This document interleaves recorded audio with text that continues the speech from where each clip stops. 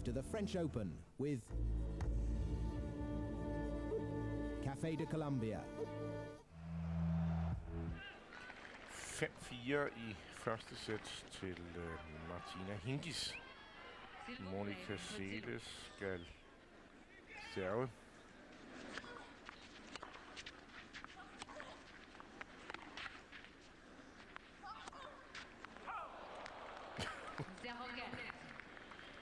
Altså, den forstår jeg ikke rigtigt. Så gør man det altså også svært for sig selv.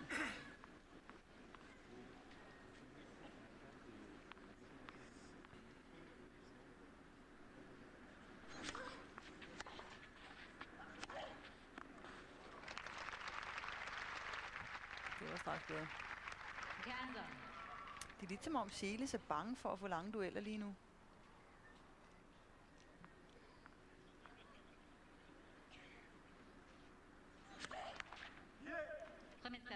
Vi så altså også, at hun lige før strakte lårmusklen og lavede sådan en stretchingøvelse, så må da ikke håbe, at der er et eller andet, hun ikke kan løbe.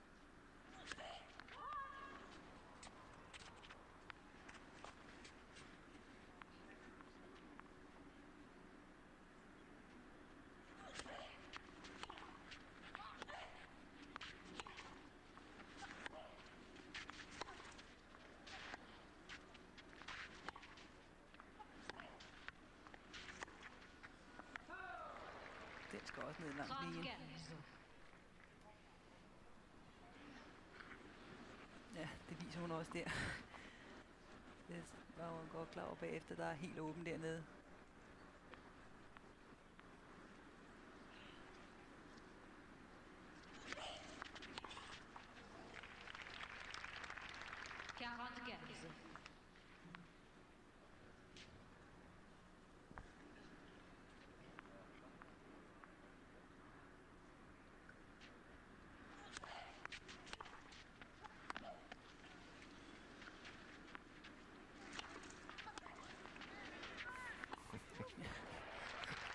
Nu spiller hun krækket dernede. Hun var faktisk for hurtig. Fordi det var rigtig nok at se, at den kom den vej, ja, hun her.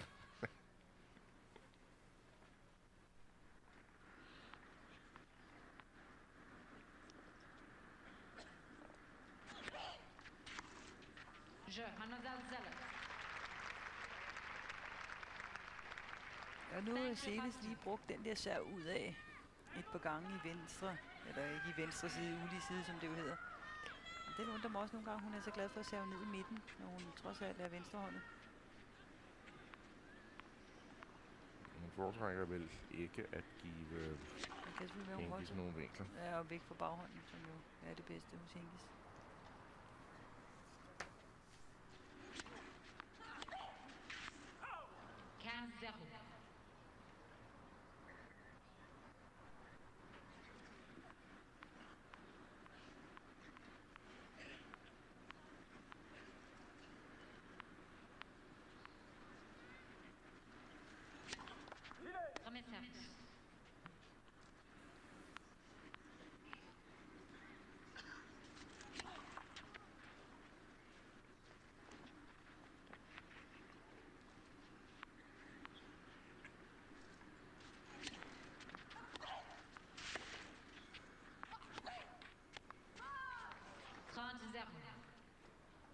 Det må jeg sige.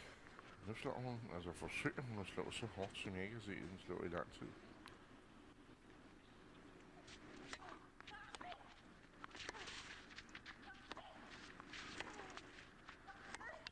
Den sprang ikke helt pænt. Men igen synes jeg, altså det er som om Seles ikke tager den tid i boldene og venter på en chance. Går lidt for hurtigt efter vinder.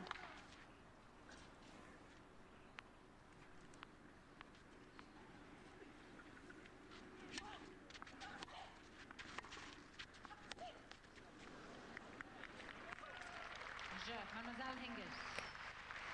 6-5 til Hingis. Fru Hingis er glad og tilfreds.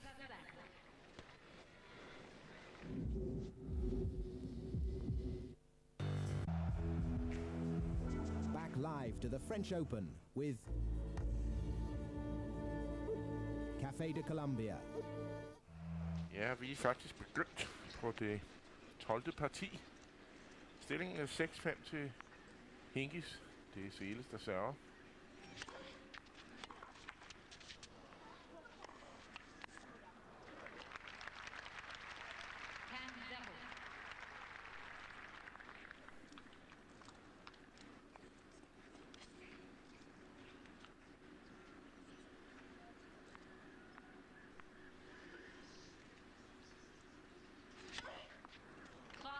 Og nu server hun efter.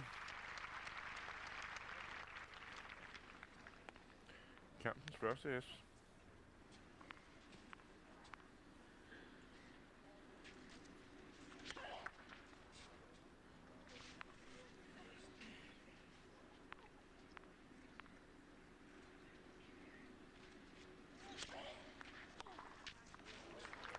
Det var altså en god returnering. Den kan de begge to. Altså hvis den her anserv ikke bliver god nok, Hvorfor kan hun ikke det hver gang? bliver der altså straffet prompte.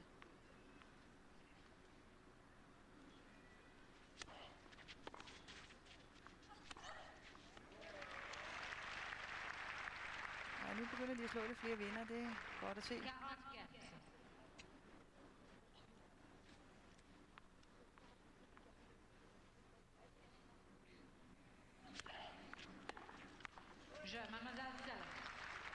R6.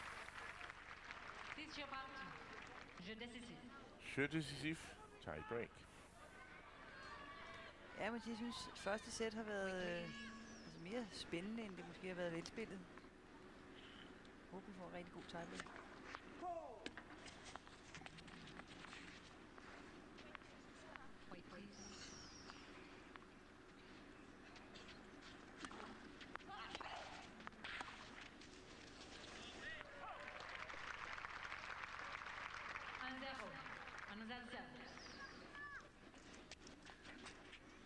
Igen er det altså servereturneringen, der dominerer.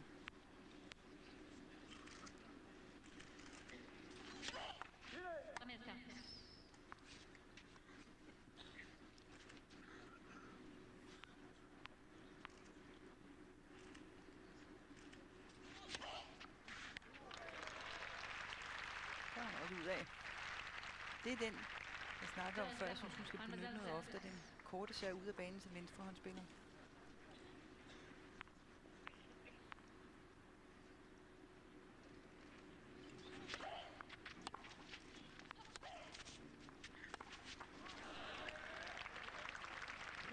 Ja. Hun er rystet.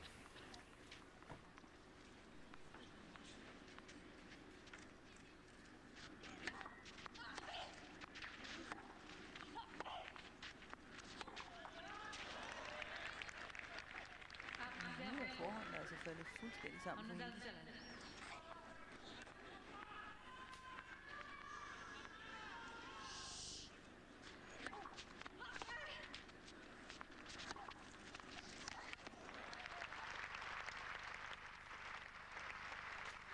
Det er altså Claudio Pistolesi, vi bliver ved med at se der, som træner med Seles.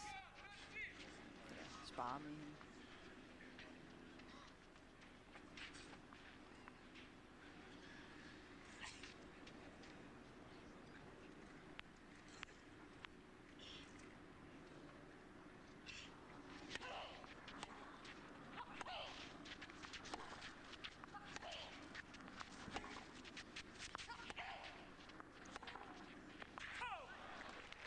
Og igen var altså en forhåndsfejl. 3 forhåndskiks. Inden for de første 6 bolde. Tiebreak. 5-1 Seles. Og for at have en chance, så skal Hingis vinde den her bold.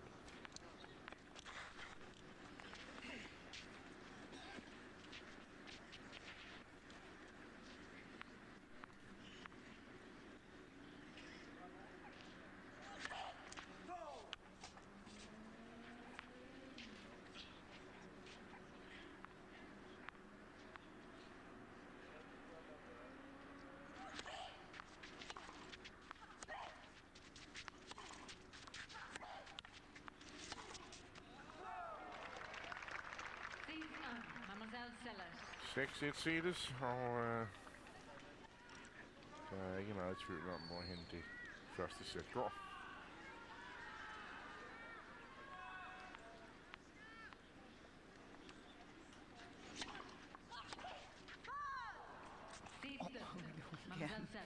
Ja, en direkte vinder der.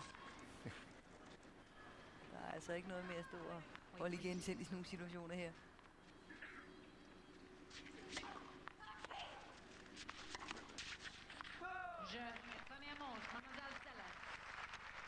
Jeu, 7-2 i tiebreaken, og dermed 7-6 til Monica Celes første sæt. Og så er jeg nødt til at stille et spørgsmål til dig, Lone. Jeg kan ikke selv besvare det. Er du blevet klogere af det her første sæt? Ej, jeg må indrømme, det udvikler sig meget mærkeligt. Altså, jeg synes, spillerne prøver at holde den taktik, som man kunne forvente, at de ville gøre. Men det er som om, de ikke rigtig har kunne styre den. Nogle af dem, det har ikke rigtig hængt sammen, og de har ikke rigtig spillet godt samtidig. Nogle af dem, hvilket er enormt ærgerligt, fordi der har været de der enkelte point, hvor de har gjort det, og så har det jo været fantastisk. Men det er som om, det er gået lidt i bølger.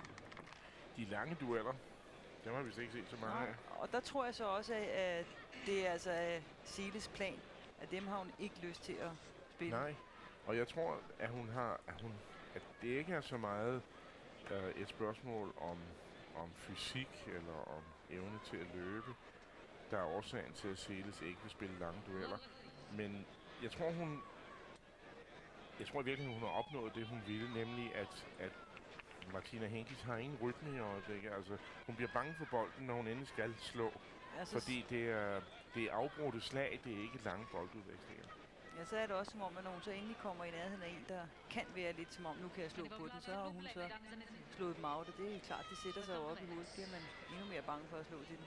Ja.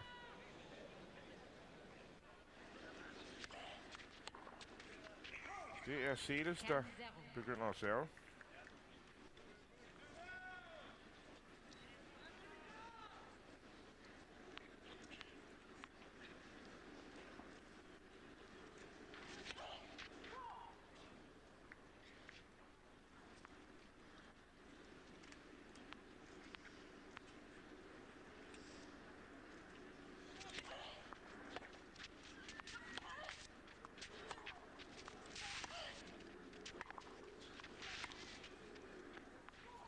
Pænt spillet. Ja, hun prøver at gå lidt frem nu her. Det bliver interessant at se. Men jeg må tilstå, at det så lidt desperat ud. Det så ikke rigtig ud, som om hun selv troede på det. Det er faktisk en god dobbeltspiller, Hingis har vundet Wimbledon-dobbelt med Helene Sykova for nogle år siden.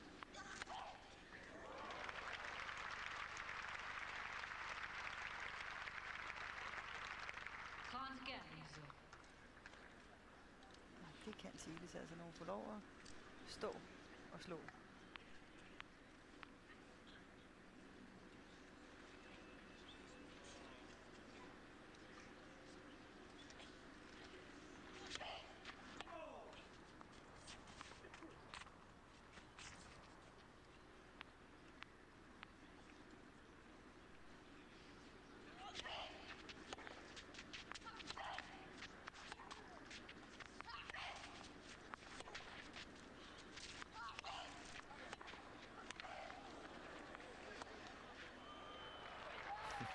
Det er en flot duel.